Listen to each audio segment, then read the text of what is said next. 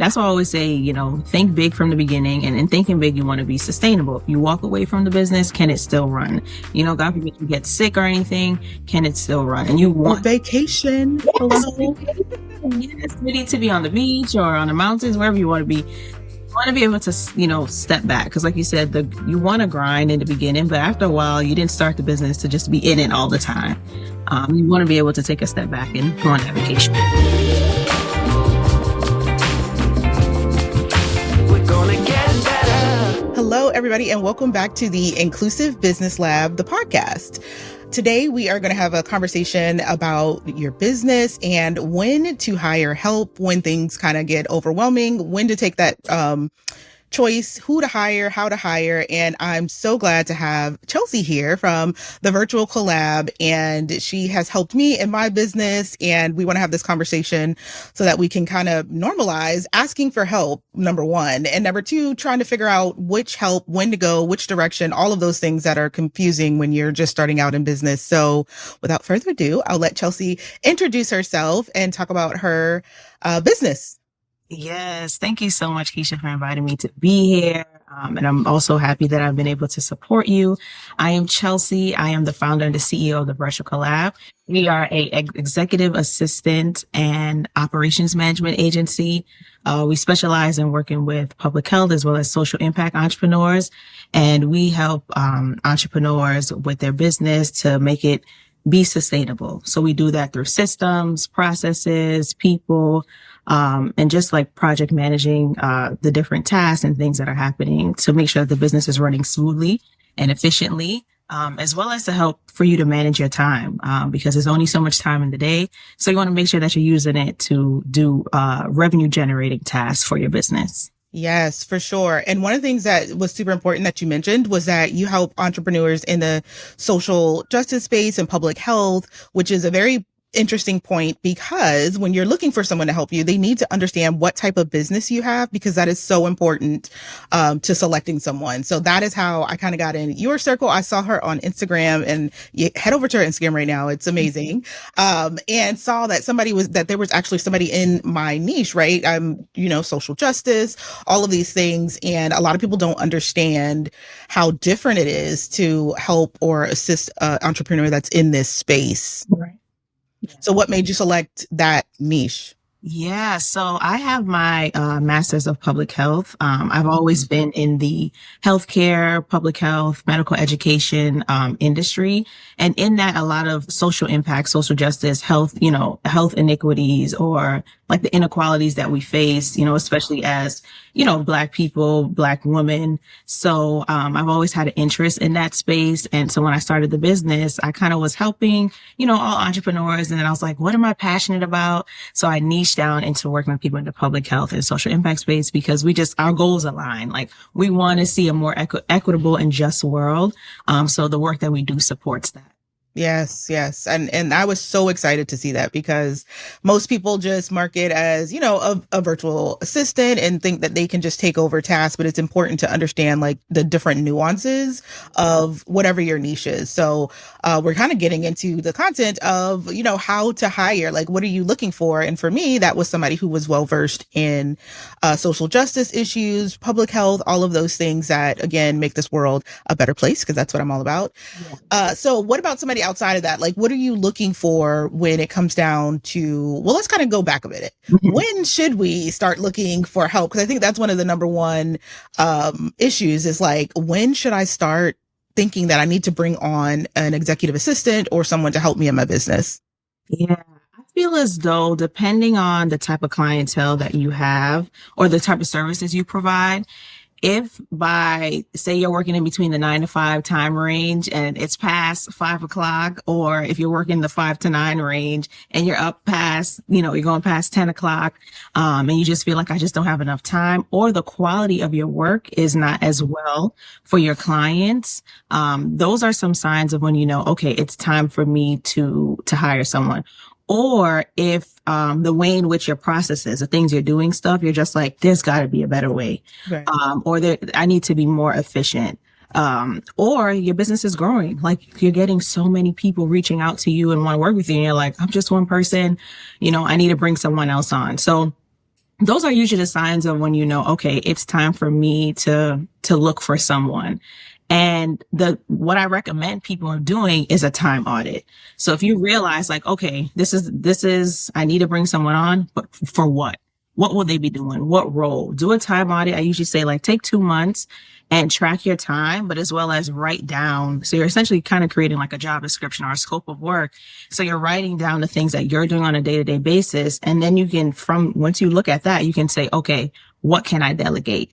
What do I need to continue to do? And that kind of helps you to know who you need to bring on, and why you're bringing them on. Like you have the evidence here of like, okay, I'm spending too much time doing this and this can be delegated.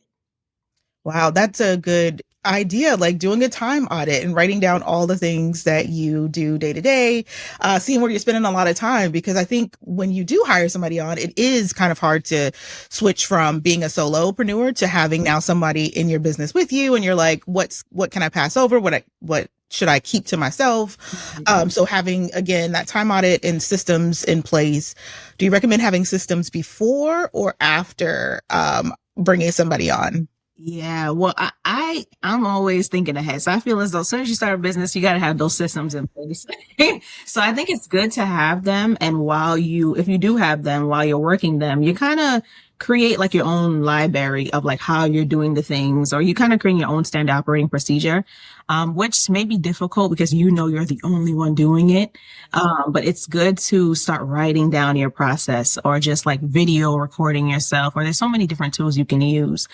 So when you do bring someone on, they can better, pick up the system that you're using, or they may have a better recommendation for something else that you should use. So I do recommend for sure in business having your systems, because it's just going to help you to be more efficient. Yeah. And those systems could be anywhere from like a CRM for like client relationship management, accounting, you have QuickBooks or Wave or Zero, or like social media, all the different social media tools that we use, or like email marketing tools. So having all those systems is important from the beginning for business.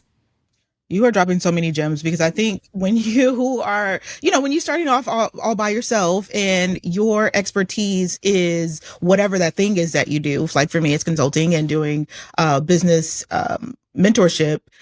The systems and the business acumen of it all is something that you have to pick up along the way. And it doesn't come natural, like if you're not naturally a business person. So learning as you go, and making those mistakes, making bad hires, or, hiring too soon, or, taking too long to hire. All of these things have kind of the same impact on when your business is ready to having that person in. So one of the first things we already talked about was the overwhelm and the burnout. That's a first sign to it's time to hire. Tasks slipping through the cracks. This is another one that I think I still kind of struggle with because there's so much to do, right? So tasks slipping through the crack, or even identifying like, oh, the steps in the process. Like I didn't realize, like you can go do the thing, but you don't realize like the steps it takes. So then it like something falls out, like that follow-up email or something like that. So again, task slipping through the crack. Is that typically when you see people come to you for help?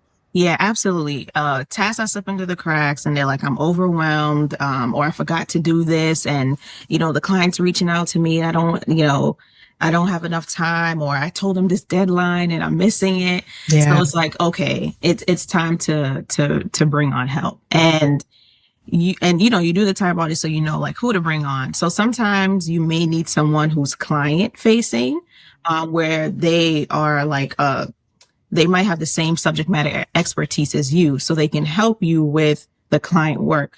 Or it may be that you need someone on the back end, someone who, usually don't see, which may be like operations or a virtual assistant, or it could be someone in marketing because they are running the back end of the business. So doing that time audit helps you to know, okay, like this is what I'm needing, or this is where like my time is going to the most. So yeah. And then switching I think everybody, when you start your business, you're like, oh, I'm the CEO, I'm the founder, but it really takes a long time to jump into that CEO seat because you are really the operations manager. You're everything, right? So until you bring someone on and you start delegating those tasks. So let's talk about a little bit of those CEO tasks and what are revenue generating tasks that the CEO should be focused on, and then passing those admin tasks over to someone for help. Yeah. So definitely the first thing is going to be business development. So that is making sure that you are visible. So you're going out to networking events, you are trying to get speaking engagements, you are essentially trying to bring in business to your business. So bringing in that revenue for the business, and you need to be visible, making sure that the work that you're doing is valuable to the client. So providing value to the clients and knowing like creating your pricing and your packaging. So those are things that you do as a CEO, or if you have a team, making sure that the team is running well. What are some other things that you do as a CEO? You do so many different things. I guess you want to make sure that the books as well, even though you may have a bookkeeper, like you want to just be making sure you know your numbers, for the business. Yeah, there's so much as a CEO, and I don't even think you realize how much until you start doing all the things. Even after delegating some of the tasks, you're like, I still have a bunch of stuff to do. So when you get to that point where you're able to delegate and somebody is helping you, you're like, how was I doing all of this by myself? No wonder I was feeling overwhelmed. And a lot of people start businesses because they're like, oh, I don't want to work for somebody else. I want time freedom, all of those things. And I'm like, stepping into entrepreneurship is not where you're going to get time freedom. Not in the beginning. Anyways, you're going to work more probably than your 9 to 5, and be more stressed out than you were at your 9 to 5. But I guess the reward is that you're stressing yourself out. It's not for somebody else or to help somebody else grow. So again, we're talking about bringing somebody into your business. When's the right time to hire? Who do you hire? How does all that work? So let's talk about the different types of support, because especially now in the online space, everybody got some fancy titles and they have all these packages, and you're like, I don't even know what I need. Like, how do you determine between a VA, a EA, and an OBM, and when to get each? Right. So I honestly recommend usually your first hire kind of being the OBM. So I'm going to start at the top. That can stand for online business manager or like an operations manager. And the reason why you want that person is because their focus is on, people, systems, processes, and projects. And you have all types of different projects that's going on, whether it be for like the client or for the back end of the business, the different systems that you're using, whether it be, for customer experience, accounting, organization. So that person is going to come in and kind of be not like the second you, but they'll be your thought partner. They'll come in, you'll meet probably a little bit more often because they're trying to learn more about your business, how you run it, and help it to be more efficient, more productive, and more innovative, but as well as taking things off of your plate. So they're the person who's going to come in and look at your business holistically and say, okay, all these different areas, here's how we can piece things together or move things around. And a lot of that is going to be implementing systems, implementing processes, and just making sure things are moving smoothly. So that's usually the person you want to bring on first. And usually that person then can help you with the hiring. So they can help you to now say, okay, let's create a hiring process. Let's create the job description, all those things. And then the next, hire would be either be an executive assistant or a virtual assistant. I didn't realize that there was a difference until last year when a lot of people were like kind of explaining it to me. So I feel like an executive assistant, they're kind of too like a thought partner in a way. They help, like they're more involved and they can do like higher level tasks. So and they kind of have to be a little bit more forward thinking. So they could do the inbox management, they could do the research, but they can also do help with things like visibility. So they have an understanding of knowing your business. So they can help look for podcasts. They can help look for speaking engagement, for your business. And then a virtual assistant, they're more of like the task doers. You kind of just give them the task and they will execute it, but you may have to kind of like let them know about it. for like a longer period of time than an executive assistant. Like executive assistant, maybe like the first 3 months they're trying to learn and stuff. But then after a while, they kind of pick up and know the routine of things and they reach out a little bit more, and do a little bit more higher level things. So I feel like that's kind of like the order that you can do. And sometimes virtual assistants, it could fluctuate. Some people honestly go by executive virtual assistant. Some people just say virtual assistant.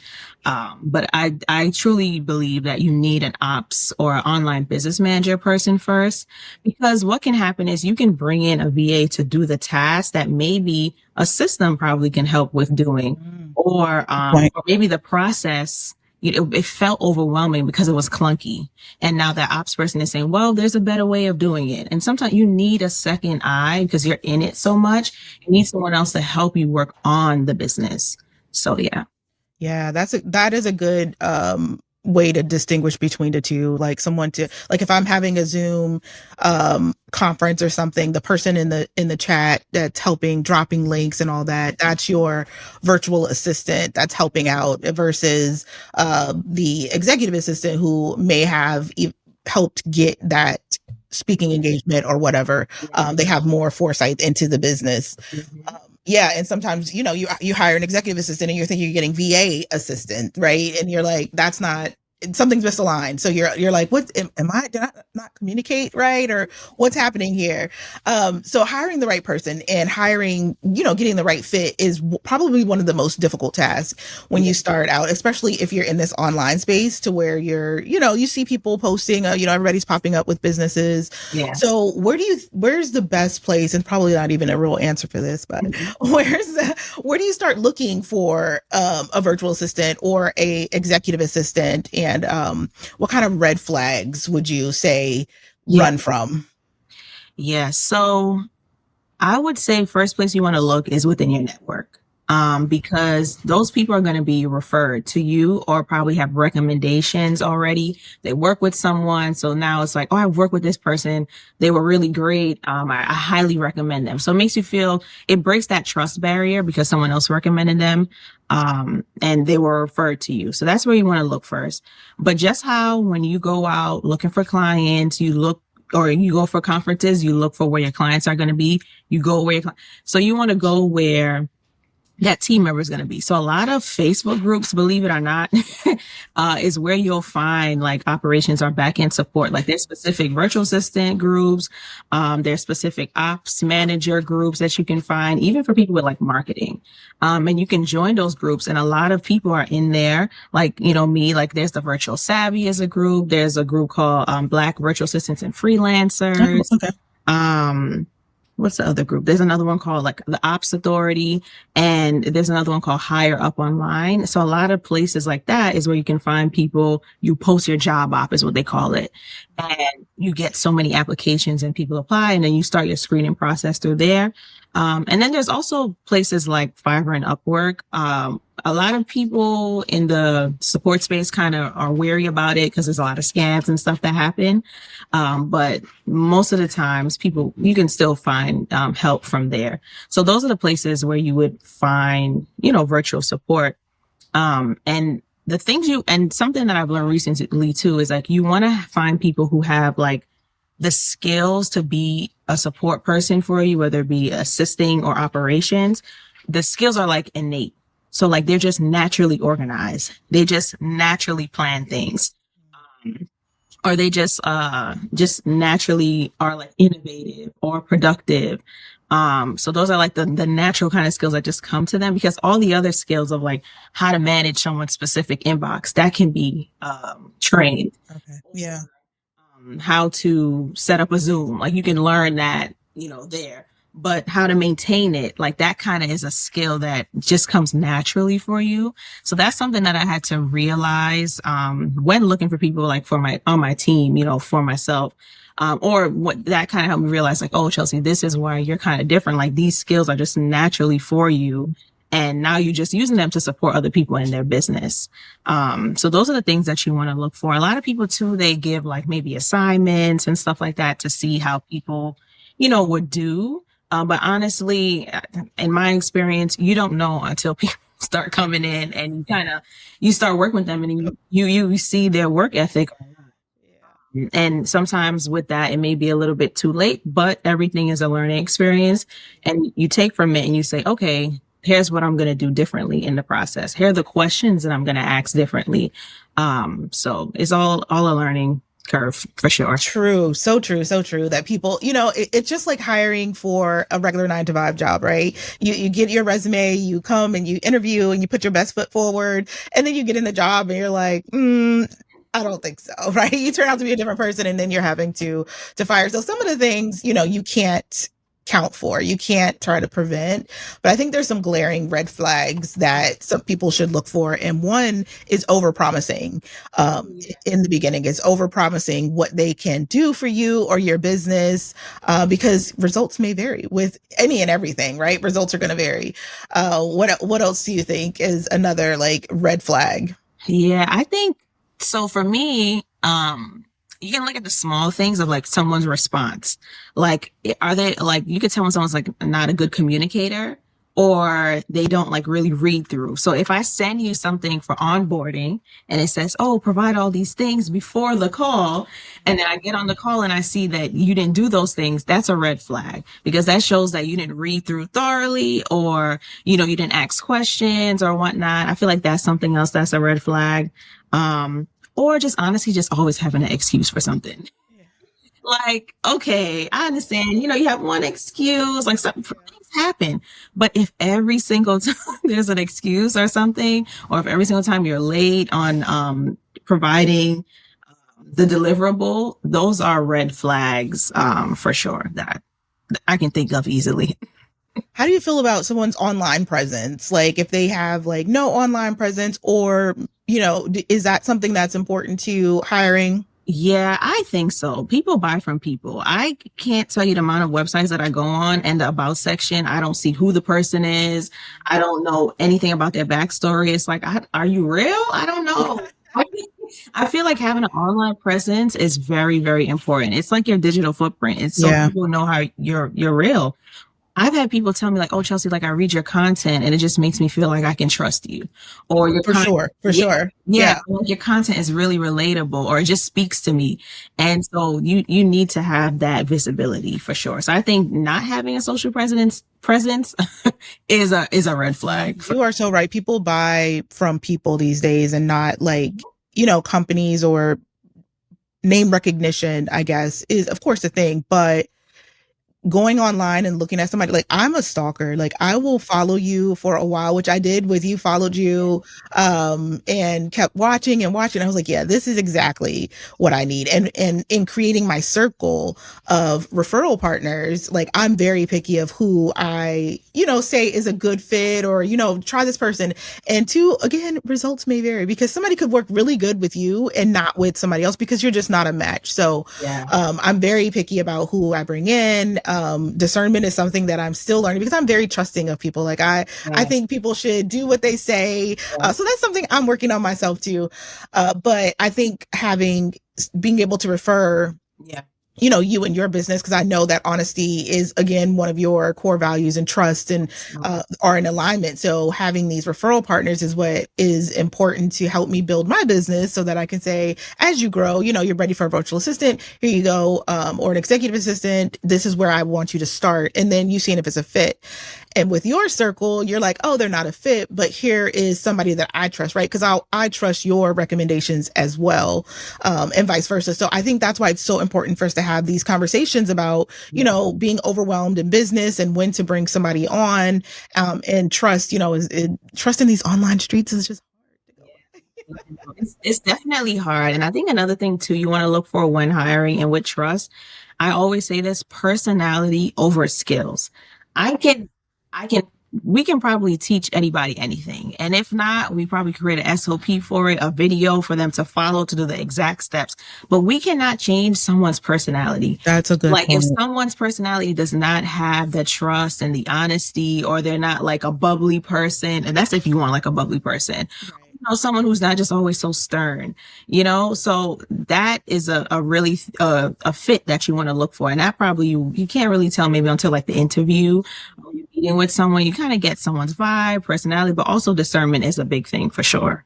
Yeah, that's a good point. The personality, you can teach anybody anything. That's why I love like Mhm. um it's trainable. Like you SOPs having all of those things in there is trainable, but again, personality, and I don't like to say culture fit because it's not really, the culture of things, but really that those personalities of clashing, right? Yeah. So let's talk about like I think on the VA's end or the EA's end, a bad client. Like when you're the entrepreneur and you are constantly firing people, you might want to recheck yourself. So bad clients. Let's talk about because we put too much pressure on the VAs and the EAs and the people that we hire. Let's talk about bad entrepreneurs and how not to be one. Yeah, how not to be one for sure is you have to be trusting. Like, and if you're not, you let us know. Say, I have trust issues. Yeah. Okay. That's fine. So then we know, okay, you're taking it slow. We don't overstep.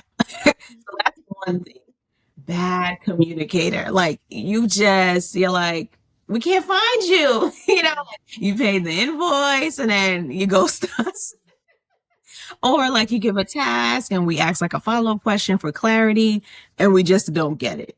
Um, or just like a rude or condescending personality like that doesn't work well at all because then people feel like undermined and it breaks the vibe of working with. Yeah.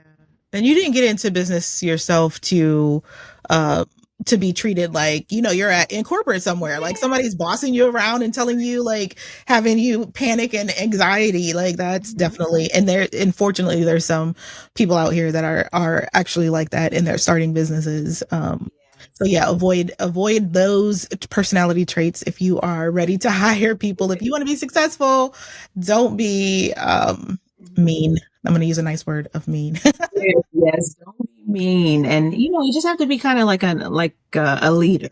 You want to bring someone in and be friendly with them and share and give context. Like I think another trait is like someone who kind of like under explains things. Like I feel like it's good to over explain, give context. Like I'm the type of person I need to know the why behind any task that I'm doing because it just helps me to do it way better. Yeah.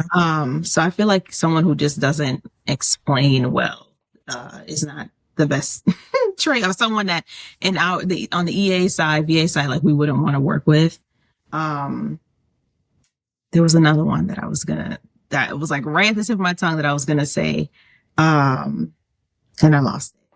I think being humble too, like you're asking for help, and being vulnerable to be like, look, I need help. And maybe I don't know exactly where I need help. I don't have to be the smartest person, in the room all the time. And I think that's what a real CEO is. I know a lot of times when we worked in 9 to 5, we we're like, my CEO is clueless. He doesn't even know what I do. He can't do my job. And that's the purpose, right? If I'm the CEO, I don't want to do everybody's job because I'm doing those, visionary activities and taking the business to new heights and things. So if I'm sitting here working on HR packets or, doing anything else in the business, it's not helping me to grow. It's actually holding me back. So I have to trust those people that I bring in. So now being in this seat, I understand why, some CEOs were just like clueless to like what I actually did and how the process actually worked it down to the weeds, because it makes sense now. It's like, I know an idea of what you do. Here's a general idea, but how you get it done, that is none of my business, right? That is not my business. As long as I know that you're getting it done and I know a little bit to be like, okay, no, this isn't right, right? I'm not just totally clueless. That is what being truly in your CEO seat really looks like. Yeah, absolutely. And then to add on to that, it's like you don't micromanage someone. Like if that's not your expertise, but that's their expertise, you kind of let them, do their thing. And of course they got to be, communicating with you along the way so you're not lost and not know what's happening. But you definitely don't want to micromanage and you also want to respect their boundaries. And I think going over from like the 9 to 5 space to the entrepreneur space, everyone essentially are freelancers, they're contractors. There's no specific times of when people work. Of course, you have a conversation with someone like, hey, I need someone during this time frame. But being able to be flexible and respect people's boundaries is another thing that, we look for when working with people, someone who respects that and understands it and is okay with it. Yeah, boundaries, that's very important because boundaries, and because I might work better at midnight, but I don't expect you to be up at midnight responding to my messages, right? So having those conversations like, hey, I may send you some messages in the middle of the night. It's just because it's on my mind. And I don't expect you to respond, right? Or vice versa, like you asking for passcodes at midnight because that's when you're up working and you're trying to get past the two-faced, what is it? Two-factor authentication. So the conversations up front, like this is, I think having these conversations probably before you really get into business and having business classes like this, really help you to prepare and be like, oh, I didn't think about when I should bring somebody in and what to look for, and all that. So I'm super excited to have, you on and have you in our circle so that we can continue to have these type of, business building, foundational building conversations for business, because you skip, right? You were like, oh, I want to start a business, and then you go out there, you do all of the things, and then it either takes forever or it blows up. Either one means you need help, right? Yeah, no, you cannot do it by yourself. If you think of the business, the biggest businesses, there's a team, whether it's W-2 employees or they have 1099 contractors. You just cannot do it by yourself. And that's why I always say, think big from the beginning, and in thinking big, you want to be sustainable. If you walk away from the business, can it still run? God forbid you get sick or anything, can it still run? And you want vacation. Yes, hello. Yes, you need to be on the beach or on the mountains, wherever you want to be. You want to be able to, step back. Because like you said, you want to grind in the beginning, but after a while, you didn't start the business to just be in it all the time. You want to be able to take a step back and go on that vacation. And time as well, right? Because I know a lot of people online will, this infamous 10K months and getting there, and like you should be there after 2 months of starting your business, and being in year 6 now of business and thinking about like the things that I was doing in the beginning versus what I'm doing now and how much slower I move to make decisions and, just pivoting and, all of those things that come with it. But I think understanding the time in business and building your business for longevity versus those quick scam 10K months that are not sustainable if you go about them the wrong way. And it just is facts. Like people, the online space, I could probably do a whole podcast on the online space and how predatory it is. I agree. I feel as though social media has played a really big part in like you seeing the glamorous of people live, or like the glamorous of entrepreneurship and having a business. But it takes time. You're not going to be making the 5K or the 10K within 2 months. It may take you 2 years. It may take you 3 years. It may take you 5 years. But if you're in it for the long run, then you're fine. You're taking your time. You're building it. It's growing. You're bringing on the right people. I always say, hire slow, fire fast. Yeah. And that's so hard. Honestly, people management is a skill. And that's another thing too. Like all of these things are skills. Like you should not feel like you're behind if you don't know how to interview or to hire or to do these things, because these are not things that you just know how to do. Like take the time to learn, read a lot. I have a 12-month business book list, and I can share that on this podcast. Like we'll link it in the comments. But yes, you need to be reading and always learning and trying to do new things when you're in business. So this was a good conversation. I really enjoy spending time, of course, with you. Like when we would get on our meetings, like I'd be like, how's the house cut going? Yeah. How's this, right? Because I'm such a people person. Yeah. And I do enjoy talking to people. And I think that's what the best part of for me about being in business is meeting really great people. And I'm always like, oh my God, you're amazing. Come on my podcast.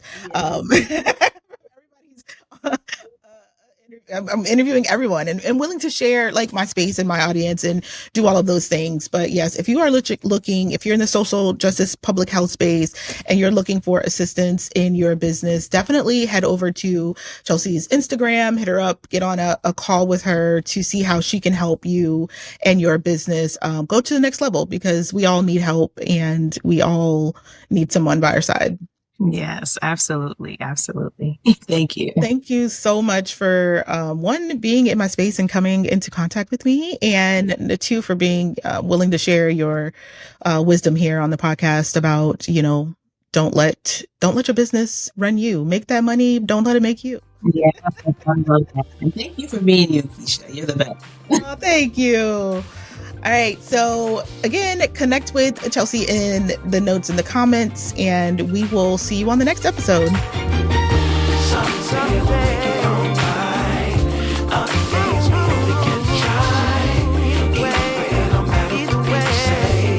Either way, we're gonna get better.